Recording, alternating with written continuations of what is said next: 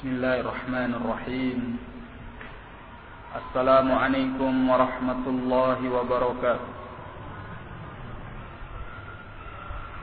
Innal hamdalillah nahmaduhu ta'ala wa nasta'inuhu wa nastaghfiruh wa na'udzu billahi min shururi anfusina wa sayyiati a'malina. من يهده الله فلا مضل له ومن يضلل فلا هادي له أشهد أن لا إله إلا الله وحده لا شريك له وأشهد أن محمدا عبده ورسوله أما بعد فيقول ربنا تبارك وتعالى يا أيها الذين آمنوا اتقوا الله حق تقاته ولا تموتن إلا وأنتم مسلمون يا أيها الذين آمنوا اتقوا الله وقولوا قولا سديدا يصلح لكم أعمالكم ويغفر لكم ذنوبكم ومن يطع الله ورسوله فقد فاز فوزا عظيما. يقول نبينا عليه الصلاة والسلام فإن أصدق الحديث كتاب الله وخير الهدي هدي محمد صلى الله عليه وعلى آله وسلم وشر الأمور محدثاتها فإن كل محدثة بدعة وكل بدعة ضلالة وكل ضلالة في النار. معاشر الإخوان رحمني ورحمكم الله. Pada kesempatan sore hari ini kita kembali melanjutkan pelajaran kita, yaitu kita membahas Kitab Tauhid karya Al-Syekh Al-Imam Al-Mujaddid Muhammad bin Abdul Wahhab rahimahullahu ta'ala, dan disertai dengan syarahnya karya Al-Syekh Al-Allamah Ahmad bin Yahya An-Najmi rahimahullahu ta'ala. Dalam pertemuan ini kita sampai pada halaman yang ke-11.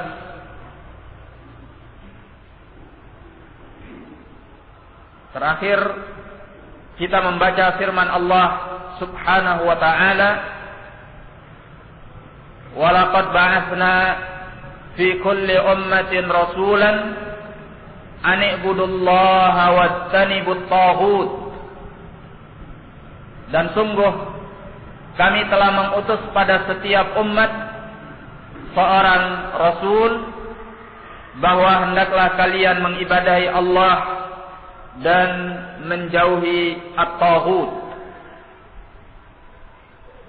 Berkata Asy-Syaikh Ahmad bin Yahya An-Najmi rahimahullahu ta'ala,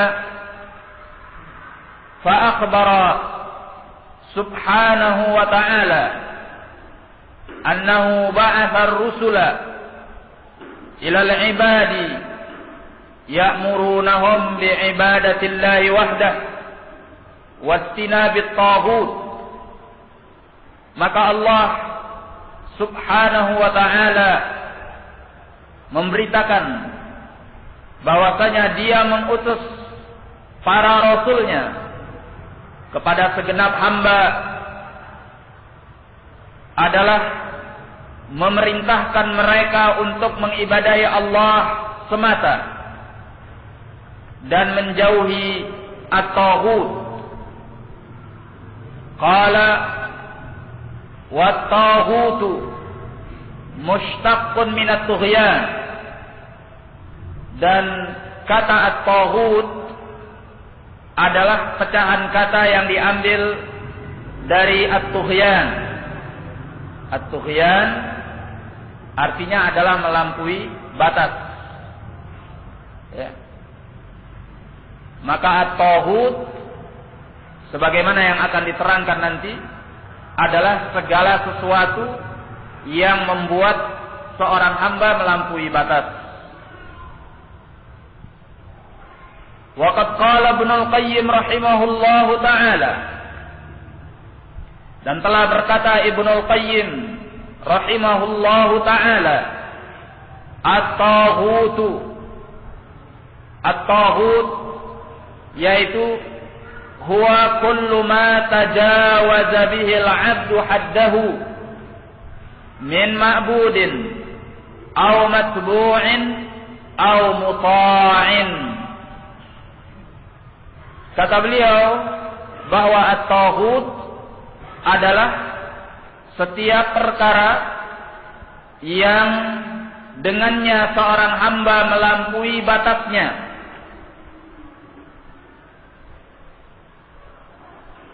baik itu sesuatu yang diibadahi atau sesuatu yang diikuti atau sesuatu yang ditaati. Maka setiap perkara yang membuat seorang hamba melampaui batas, baik itu yang diibadahi atau yang diikuti atau yang ditaati, maka disebut dengan at-taghut. Qala faman 'ubida ma'allah faqad 'ubida bighairi haqq.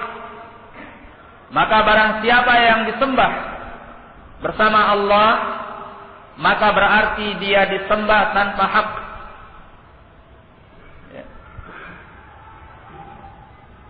Dan yang disembah dari selain Allah ini disebut dengan at-taghut. Namun dengan syarat bahwa dia disembah bersama Allah dalam keadaan dia ridha terhadapnya. Tapi kalau dia tidak ridha bahwa dia disembah bersama Allah tabaraka wa ta'ala, fahadha laisa bitaghut. Ya. Ini bukanlah taghut. Karena di sana ada yang disembah dari selain Allah, bahkan dari kalangan al-anbiya, dalam keadaan dia tidak ridha terhadapnya. Siapa dia ya akhwan? Nabi Isa alaihi salam. Demikian pula dengan Uzair, seorang yang saleh yang dipersekutukan dengan Allah subhanahu wa ta'ala. Maka ini tidak bisa disebut dengan taghut. Limadza? Karena dia disembah dari selain Allah tabaraka wa ta'ala dalam keadaan dia tidak ridha. Tetapi kalau dia ridha dengan penyembahan dirinya bersama Allah subhanahu wa ta'ala, maka inilah yang disebut dengan at-taghut.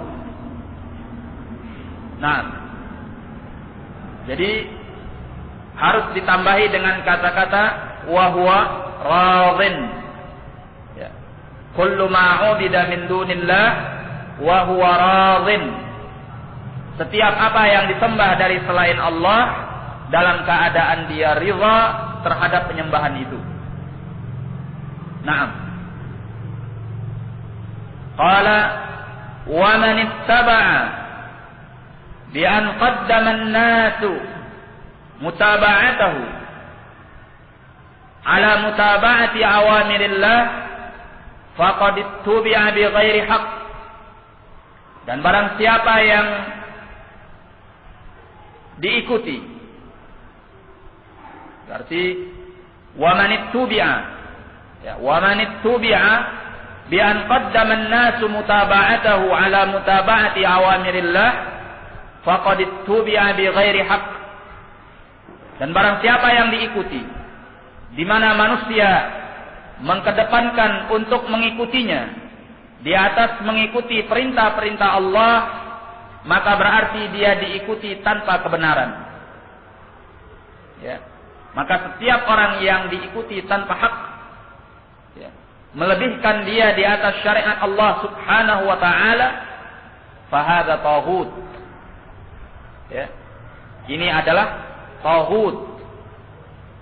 Sebab dia membuat seorang hamba keluar daripada batasnya. Qala wa man uti'a bi an turikat ta'atullah ta'ala li ta'atih faqad uti'a bi ghairi haqq. Dan barang siapa yang ditaati dengan ditinggalkan ketaatan kepada Allah karena mentaati dia, maka berarti dia ditaati tanpa hak. Oleh karena itu barang siapa yang ditaati, yang dengan ketaatannya manusia meninggalkan ketaatan kepada Allah tabaraka wa ta'ala, fahadza taghut. Wa hadza huwa al-maqsud min qaul Ibn al-Qayyim. Inilah yang dimaksud dari ucapan Ibn al-Qayyim, at-taghut huwa ma tajawaza bihi al-'abdu haddahu min ma'budin aw matbu'in aw muta'. Inilah yang dimaksud dari ucapan Ibn al-Qayyim bahwa at-taghut adalah setiap perkara yang dengannya seorang hamba melampaui batas, apakah itu sesuatu yang diibadahi atau sesuatu yang diikuti atau sesuatu yang ditaati. Nah, jadi at-taghut tidak hanya terbatas kepada berhala-berhala yang disembah dari selain Allah. Ya. Taghut ada 3 bentuknya, sebagaimana yang telah disebutkan di dalam definisi Ibn al-Qayyim. Ya. Ada sesuatu yang diibadahi dari selain Allah, dan ini sifatnya umum. Apakah yang diibadahi itu adalah batu, atau pohon, atau manusia, ya, atau para jin dan para syayatin, maka segala sesuatu yang diibadahi dari selain Allah dalam keadaan dia ridha terhadap peribadatan itu, maka itu adalah taghut. Nah,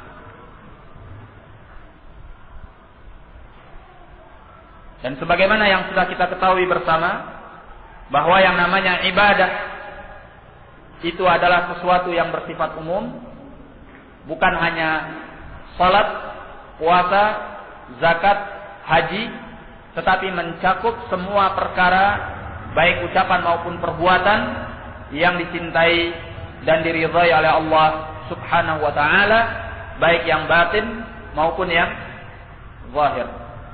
Ya. Maka apabila ada seseorang yang mengajak untuk menyerahkan sebagian ibadah ini kepada dirinya dari selain Allah, maka dia adalah taghut. Dia adalah taghut. Naam. Dan orang yang dicap sebagai taghut karena dia diibadahi dari selain Allah dalam keadaan dia ridha terhadap peribadatan itu, fahuwa kafir. Orang yang keluar daripada Islam karena dia telah menentang Allah dan Rasulnya sallallahu alaihi wa ala alihi wasallam. Nah, maka di dalam Islam tidak dibenarkan seorang pun mengajak manusia untuk mengibadahi diri. Ya. Apakah ketika dia masih hidup atau ketika dia setelah meninggal. Tidak boleh baginya untuk dia berpesan agar manusia datang ke kuburannya dan meminta kepadanya. Barang siapa yang melakukan ini dalam keadaan dia ridha, maka berarti dia adalah taghut. karena dia telah mengajak manusia untuk beribadah kepada selain Allah Subhanahu wa ta'ala. Meminta kepada selain Allah Subhanahu wa ta'ala ini adalah perbuatan syirik, karena meminta atau doa adalah ibadah yang harus diserahkan hanya kepada Allah Subhanahu wa ta'ala. Kemudian bentuk yang kedua yaitu sesuatu yang diikuti. Ya. Segala sesuatu yang diikuti itu harus menurut kepada syariat Allah Subhanahu wa ta'ala. Artinya, kalau dia diikuti, maka berarti diikuti karena Allah dan karena ajaran Rasulnya sallallahu alaihi wasallam. Kalau ada sesuatu yang diikuti, siapapun dia, tetapi dengan mengikuti dia kita menyelisih ajaran Allah dan Rasulnya sallallahu alaihi wasallam, dan dia ridha diikuti dalam keadaan menyelisihi Allah dan Rasulnya, maka orang ini adalah tauhid. Ya. Orang ini adalah tauhid. Oleh karena itu, para al-ahbar war-ruhban, alim ulama atau ahli ibadah yang sengaja mengajak manusia kepada syariat selain syariat Allah Subhanahu wa ta'ala, yang berfatwa kepada manusia menyelisihi apa yang telah disyariatkan oleh Allah dan Rasulnya, menghalalkan apa yang diharamkan oleh Allah dan mengharamkan apa yang dihalalkan oleh Allah, maka ini adalah tauhid. Kenapa? Karena dengannya manusia melampaui batas sebagai hamba Allah tabaraka wa ta'ala. Oleh karena itu di dalam Islam sangat dilarang untuk manusia melakukan tindakan yang seperti ini. Ya. Hendaklah dia mengajak manusia kepada jalan Allah dan jalan Rasulnya sallallahu alaihi wa ala alihi wasallam. Hendaklah dia memberikan ketaatannya kepada Allah dan Rasulnya sallallahu alaihi wa ala alihi wasallam. Makanya dinyatakan oleh Al-Imam Malik rahimahullah, kullu ahadin yu'khadhu min qawlihi wa madza wa yurad. Setiap orang itu bisa diambil ucapannya dan bisa ditolak, illa sahib hadzal qabr, kecuali pemilik kuburan ini. Maksudnya apa? Supaya tidak ada sikap-sikap di dalam Islam ini mengikuti seseorang selain dari apa yang diajarkan oleh Allah dan Rasulnya sallallahu alaihi wa ala alihi wasallam. Jangan menjadikan dia sebagai tauhid yang diikuti selain jalan Allah tabaraka wa taala dan Rasulnya. Ya. Yang diikuti walaupun menyelisihi Allah dan Rasulnya. Nah, makanya Abdullah bin Abbas radhiyallahu taala an sangat murka tatkala manusia menyelisihi apa yang beliau bawakan dari hadis Nabi sallallahu alaihi wa ala alihi wasallam dengan ucapan Abu Bakrin dan Umar. Ya. Beliau menyatakan, "Ushiku an tunazzala 'alaikum hijaratun minas sama', aqulu qala Rasulullah wa taquluna qala Abu Bakrin wa Umar." Ya. Hampir saja aku mengkhawatirkan bahwa kalian dihujani batu dari langit. Aku mengatakan qala Rasulullah sallallahu alaihi wa ala alihi wasallam, sementara kalian menjawabnya berkata Abu Bakrin dan berkata Umar. Ya. Maka setiap yang diikuti oleh manusia walaupun menyelisihi syariat Allah dan Rasulnya, fahadha tauhid. Kalau dia ridha dengan sikap yang demikian itu, maka orang yang membuat manusia keluar daripada jalan Allah ini disebut dengan at-tauhid. Ya. Jadi at-tauhid bukan saja segala sesuatu yang diibadahi dari selain Allah, tetapi juga sesuatu yang diikuti dari selain Allah dan Rasulnya, walaupun menyelisihi Allah dan Rasulnya sallallahu alaihi wasallam. Sehingga bisa saja dikatakan bahwa ru'asa al-hizbiyah yang dengan sadar mereka mengajak manusia untuk menyelisihi jalan Allah dan Rasulnya, ya, agar mereka diikuti oleh manusia walaupun menyelisihi jalan Allah dan Rasulnya, fahaulai tauhid. Ya, mereka bisa dicap sebagai tauhid karena mereka membuat manusia mengikuti sesuatu yang menyelisihi Allah dan Rasulnya. Dalam keadaan mereka sadar, dalam keadaan mereka tahu bahwa itu menyelisihi Allah dan Rasulnya sallallahu alaihi wa ala alihi wasallam. Nah, maka ikhwani fid din rahimani wa rahimakumullah, Islam itu adalah ajaran yang sangat istimewa dan sangat sempurna. Maka dalam rangkaian ini, di dalam Islam itu dilarang bagi kaum muslimin untuk bersikap ta'assub dan taklid, fanatik dan membabi buta mengikuti seseorang. Takliduna qabulu qaulil qaili min ghairi hujjatin lis-sa'ili. Demikian yang dinyatakan oleh Al-Imriti rahimahullah, bahwa yang namanya taklid menurut kami adalah mengikuti seseorang tanpa alasan yang jelas, tanpa hujjah yang jelas. Ya. Demikian pula sikap fanatik membabi buta dilarang di dalam Islam, karena yang demikian itu menjurus kepada jalan tauhid. Nah, kemudian termasuk dari tauhid bagian yang ketiga, yaitu segala sesuatu yang ditaati. Ya. Segala sesuatu yang ditaati dari selain Allah. Ya. Ditinggalkan ketaatan kepada Allah karena mentaati orang tersebut. Maka ini disebut dengan at-tauhid. Nah, maka para penguasa, para pemimpin, ya, para pemerintah yang mengajak rakyatnya untuk mentaati mereka walaupun menyelisihi Allah dan Rasulnya. Baik.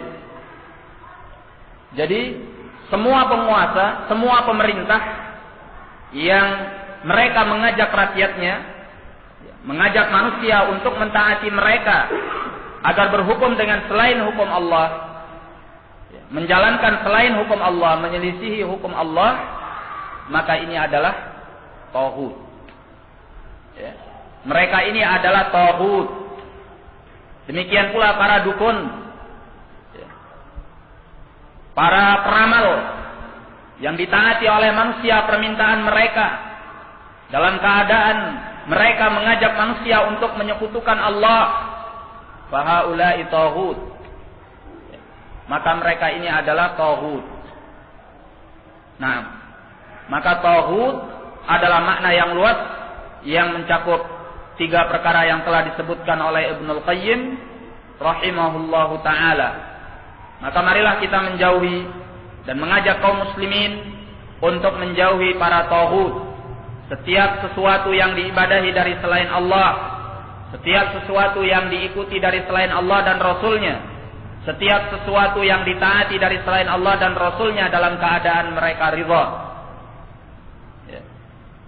Qala wa qawluhu jalla wa ala, demikian pula dengan firman-Nya jalla wa ala, wa qadha rabbuka alla ta'budu illa iyyah, dan Rabbmu menetapkan bahwa janganlah kalian mengibadahi kecuali hanya kepadanya.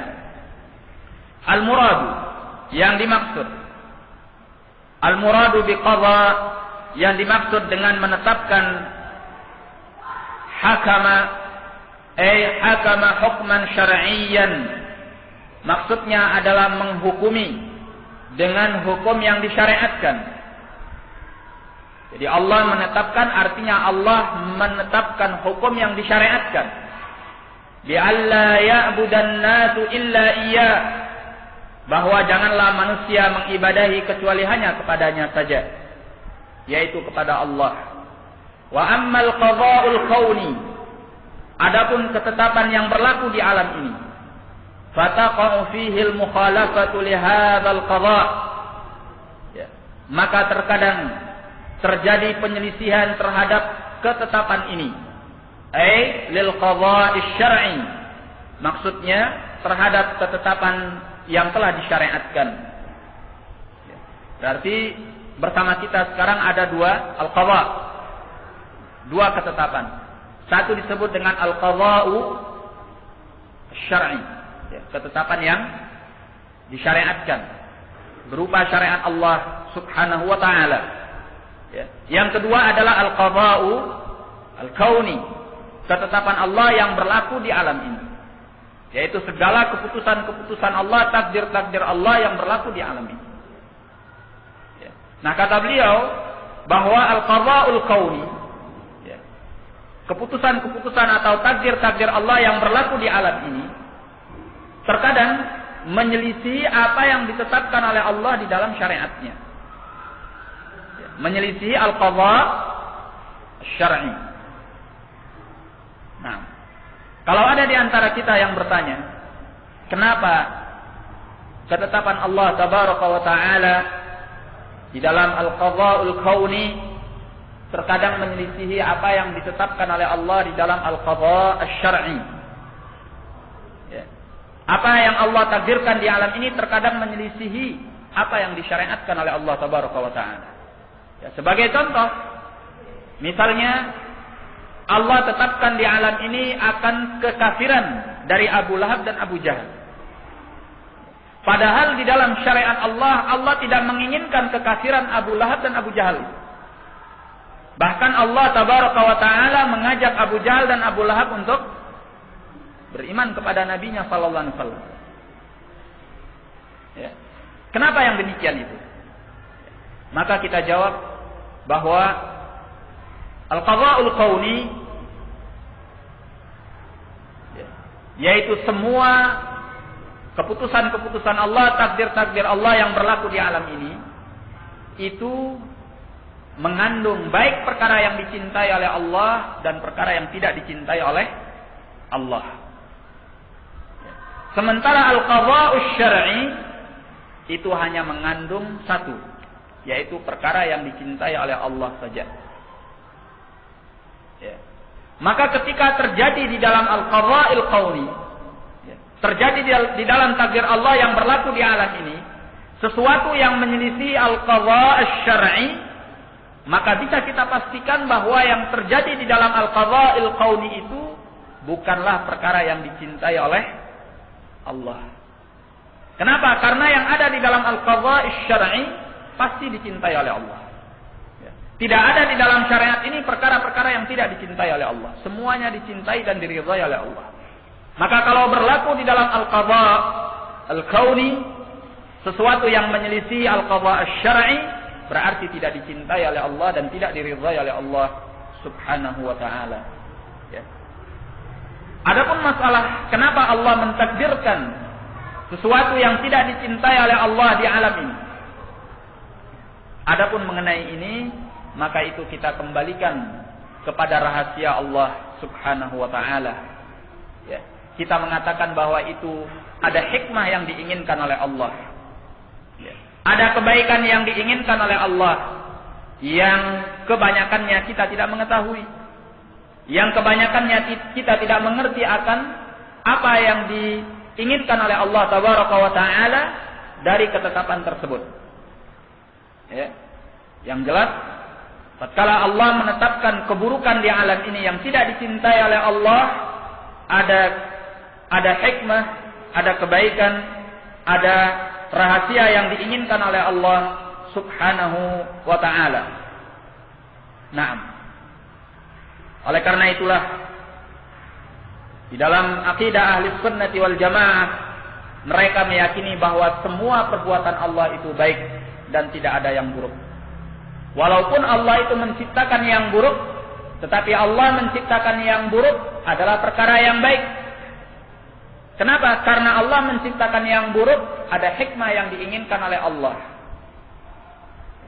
Hikmah yang luar biasa yang barangkali kita tidak bisa menangkapnya. Maka ketika Allah menciptakan keburukan, bukan berarti Allah itu berbuat yang buruk. karena semua perbuatan Allah adalah baik. Ya, dinyatakan oleh Nabi sallallahu alaihi wa ala alihi wasallam, "Wasyarru laisa ilaik." Dan keburukan itu tidak dinisbatkan kepadamu, yaitu kepada Allah. Nah, qala fallahu subhanahu wa ta'ala qadha wujudal kufri wasyirki kaunan wa mana'ahu syar'an. Maka Allah subhanahu wa ta'ala menetapkan keberadaan kekafiran dan kesyirikan di alam ini. Namun Allah tabaraka wa ta'ala melarangnya di dalam syariatnya. Ya. Kekafiran dan kesyirikan itu tidak dicintai oleh Allah di dalam syariatnya, bahkan dilarang oleh Allah. Tetapi di alam ini kekafiran dan kesyirikan itu terjadi. Ya. Fahadzal qada'ul ladzi akhbara Allah anhu fi hadhihi al-ayah al-muradu bihil amru. Ya. Maka ketetapan yang Allah beritakan tentangnya di dalam ayat ini, yang dimaksud adalah perintah dalam syariat Allah. Jadi kalau dalam ayat tadi kita membaca, Allah telah menetapkan bahwa kalian tidak boleh mengibadahi kecuali hanya kepada Allah. Bukan berarti bahwa ketetapan Allah ini pasti terjadi di alam ini. Karena ketetapan yang dimaksud dalam ayat ini adalah al-qadha asy-syar'i. Ya. Ketetapan yang berupa syariat Allah yang tidak mesti terjadi. Ya. Nah, yang mesti terjadi itu adalah ketetapan Allah yang kauni, yang merupakan takdir Allah di alam ini. Nah, qala wa huwa yuwafiqu qawlahu subhanahu wa ta'ala, inal hukmu illa lillah, amara alla ta'budu illa iyyah. Hal ini mencocoki firman Allah subhanahu wa ta'ala, tidaklah hukum itu melainkan hanya milik Allah. Allah memerintahkan agar janganlah kalian mengibadahi kecuali hanya kepadanya. Yusuf ayat yang ke-40. Maksudnya bi'annahu amara amran syar'iyyan bi'ibadatihi wahdahu duna siwa. Maksudnya bahwa Allah memerintahkan dengan perintah yang berupa syariatnya agar mengibadahi Allah semata tanpa yang selainnya.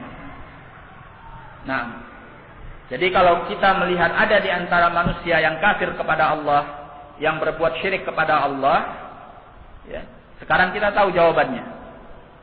Kenapa hal itu terjadi? Karena ketetapan Allah untuk manusia hanya mengibadahi Allah, ini adalah ketetapan yang syar'i, bukan ketetapan yang kauni. Ya. Dan ketetapan yang syar'i, al-qadha'us syar'i, bisa terjadi dan bisa tidak terjadi. Tetapi al-qadha'ul kauni pasti terjadi.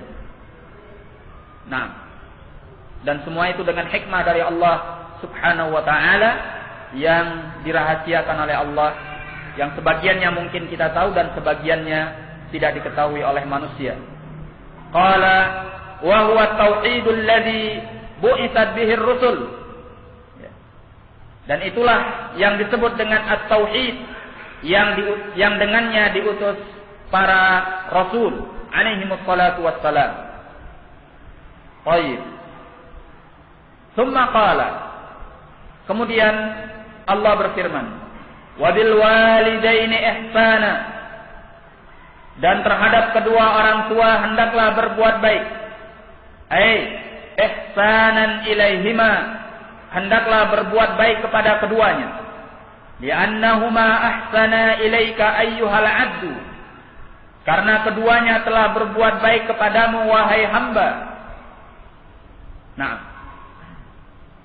jadi perintah Allah tabaraka wa ta'ala agar kita berbuat baik kepada kedua orang tua, karena kedua orang tua itu telah berbuat baik kepada kita. Bahkan jasa keduanya tidak bisa kita balas, sebesar apapun kebaikan kita kepada keduanya. Sebagaimana yang disebutkan oleh Nabi sallallahu alaihi wasallam, kecuali anak tersebut mendapatkan orang tuanya dalam keadaan sebagai budak, kemudian dia membelinya dan memerdekakannya. Ya. Ini. karena besarnya jasa kedua orang tua. Ya. Wal kalamu ala birril walidaini wa ta'atihima ya'ti ba'dal amri bi tauhidillah subhanahu wa ta'ala. Ya. Pembicaraan mengenai berbuat baik kepada kedua orang tua dan taat kepada keduanya datang setelah perintah untuk mentauhidkan Allah subhanahu wa ta'ala. Li'annahu huwal mun'imu al-mutafadzilu. Karena dialah yang telah memberi nikmat dan dia pula yang telah memberikan karunia. Wa a'zamun nasi 'alaika ni'matan ba'dallah huma walidaka alladzani rabbayaka. Dan manusia yang paling besar kenikmatannya atasmu setelah Allah subhanahu wa ta'ala adalah kedua orang tuamu yang telah memelihara dan membesarkanmu. Nah, ya. Dan tidak ada di antara manusia yang bisa menyanggah ini. Siapapun di antara manusia pasti dia mengakui bahwa orang yang paling terbesar jasanya kepada dia adalah orang tuanya. Walaupun setelah dia dilahirkan dia langsung diambil oleh orang lain dan dibesarkan oleh orang lain. Ya. Tetap manusia yang paling besar jasanya kepada dirinya adalah kedua orang tuanya. Kenapa? Kenapa ya kawan? Misalnya ada seorang anak ya, dilahirkan oleh orang tuanya, oleh ibunya pada pukul 7 pagi pas. Ya. Begitu jarum bergeser kepada jam 7 pagi lewat 1 menit, dia langsung diambil oleh orang lain dan kemudian tidak pernah lagi ketemu dengan orang tuanya. Ya. Dia dipelihara dan dibesarkan oleh orang lain tersebut. Tetap kita menyatakan bahwa orang yang paling besar jasanya kepada anak tersebut adalah orang tuanya, ibu dan bapaknya. Walaupun setelah itu adalah orang yang membesarkan dan memelihara dia. Kenapa? Apa sebabnya? Apa jasa orang tua tadi? Di mana?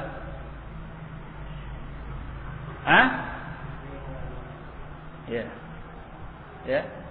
Ibunya telah mengandungnya. Ya. Dan juga kalau tidak ada bapaknya dan ibunya, apakah ada dia? Apakah dia mungkin keluar dari batang pisang, tiba-tiba muncul kepalanya? Kan tidak. Ya. Kalau bukan karena bapaknya dan ibunya setelah Allah tabaraka wa ta'ala, dia tidak akan ada di alam ini. Jasa mana yang lebih besar daripada jasa ini? Di mana kedua orang tuanya telah menjadi sebab dia ada di alam ini. Ya. Jadi jangan pernah anak kemudian melupakan jasa ini. Walaupun dia dibesarkan oleh neneknya, oleh bibinya, oleh pamannya, atau oleh siapapun juga. Sehingga dia merasa bahwa orang tuanya tidak punya jasa terhadap dirinya.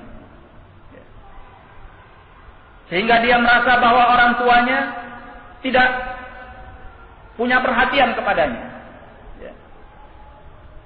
Maka dia tidak mau berbuat baik kepada orang tuanya atau durhaka kepada orang tuanya. Sebab dia menganggap bahwa orang tuanya telah mentelantarkan dia. Ini tidak benar. Karena walau bagaimanapun juga, kedua orang tua ini telah menjadi sebab dia dilahirkan ke muka bumi. Kalau bukan karena kedua orang tuanya, bapaknya dan ibunya, dia tidak akan pernah ada di alam ini. Nah, jadi ikhwani fiddin rahimani wa rahimakumullah, tidak ada manusia yang lebih besar jasanya ya, kepada seorang anak melainkan kedua orang tuanya. Ya. Apalagi kalau kedua orang tua itu yang memeliharanya, menjaganya, membesarkannya, menafkahinya dan sebagainya. Maka orang tua itulah manusia yang paling besar jasanya kepada anak tersebut. Qala huma walidaka alladzani rabbayaka. Mereka adalah kedua orang tuamu yang telah memelihara dan membesarkanmu. Wa an'ama 'alaika birraha. Dan keduanya yang telah memberi kenikmatan kepadamu dengan kelapangan. Ya.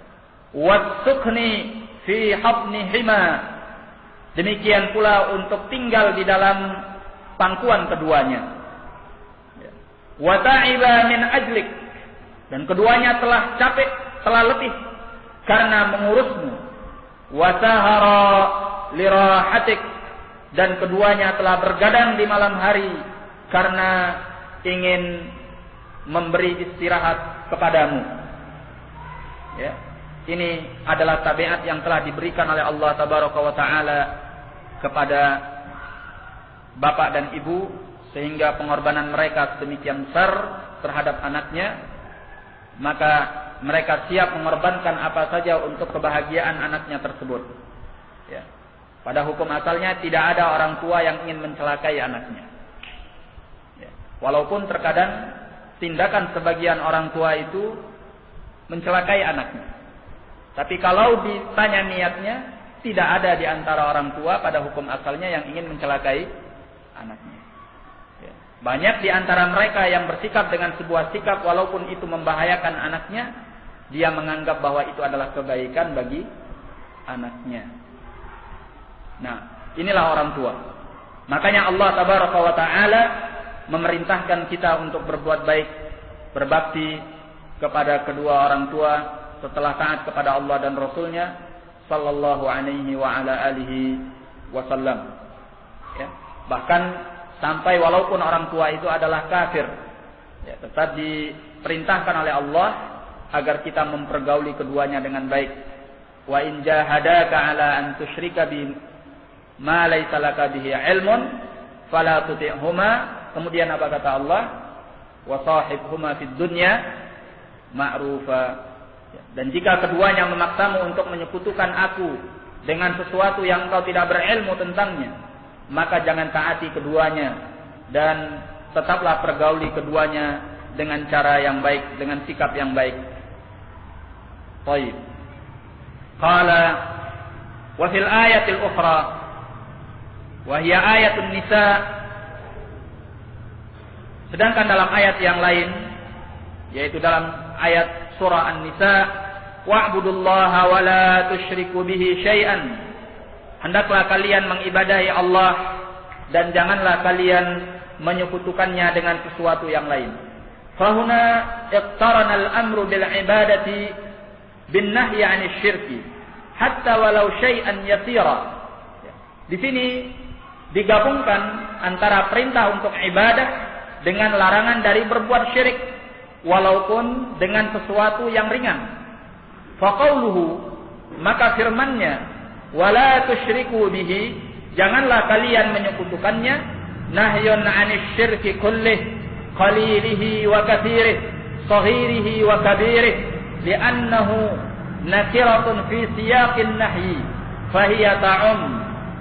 Kata beliau, ini adalah larangan dari perbuatan syirik secara total, baik yang sedikit maupun yang banyak, yang kecil maupun yang besar, karena larangan ini dalam bentuk kata nakirah di dalam rangkaian kalimat yang mengandung peniadaan, maka bermakna yang universal. Artinya pernyataan wala tusyriku bihi syai'an ini pernyataan yang umum. Jangan kalian berbuat syirik dengan syirik yang manapun juga. Ya. Banyak ataupun sedikit, besar ataupun kecil. Nah, wa qauluhu ta'ala. Kemudian firman Allah Tabaraka wa Ta'ala, qul ta'alu atlu ma harrama rabbukum 'alaikum. Katakanlah, marilah kalian aku bacakan atas kalian apa yang diharamkan oleh Rabb kalian. Ila qaulih, sampai kepada firman-Nya, wa anna hadza sirati mustaqiman, dan bahwasanya inilah jalanku yang lurus. Fahadhil ayat wa ghairuha qad tawaradat 'alal amri bit tauhid. Maka ayat-ayat ini dan yang selainnya telah datang untuk memerintahkan agar bertauhid, wan nahyi 'anil syirk, dan melarang daripada perbuatan syirik. Wa hadza huwa ma bu'itsat bihi jami'ur rusul min awwalihim Nuhin ila akhirihim Muhammadin sallallahu alaihi wa ala alihi wasallam. Dan inilah perkara yang diutus dengannya semua ar-rusul, baik dari awalnya yaitu Nuh sampai akhirnya, yaitu Muhammad sallallahu alaihi wa ala alihi wasallam. Nah, ya, perintah kepada at-tauhid dan larangan daripada syirik. Ya, baik tauhid dalam perkara ar-rububiyah, al-uluhiyah, demikian pula dalam al-asma was sifat, demikian pula tauhid dalam perkara al-mutaba'ah, yaitu tidaklah kita mengikuti kecuali hanya Rasulullah sallallahu alaihi wa ala alihi wasallam, dan meninggalkan semua perbuatan syirik baik dalam perkara ar-rububiyah, al-uluhiyah, al-asma was sifat, atau menyekutukan sikap mengikut kepada Nabi sallallahu alaihi wasallam dengan mengikuti yang selainnya, dengan menyelisihi beliau. Qala fal manahil 'ashru allati waradat fi akhir suratil an'am awwaluha syirku billahi wasyirku 'azim. Maka larangan-larangan yang 10 yang datang di dalam akhir daripada surah Al-An'am, awalnya adalah perbuatan syirik kepada Allah. Wasyirku 'azim, dan perbuatan syirik itu adalah perkara yang besar. Li'annahu muharrimun ala sahibihi dukhulal jannah. Karena perbuatan syirik itu mengharamkan atas pelakunya untuk masuk ke dalam surga.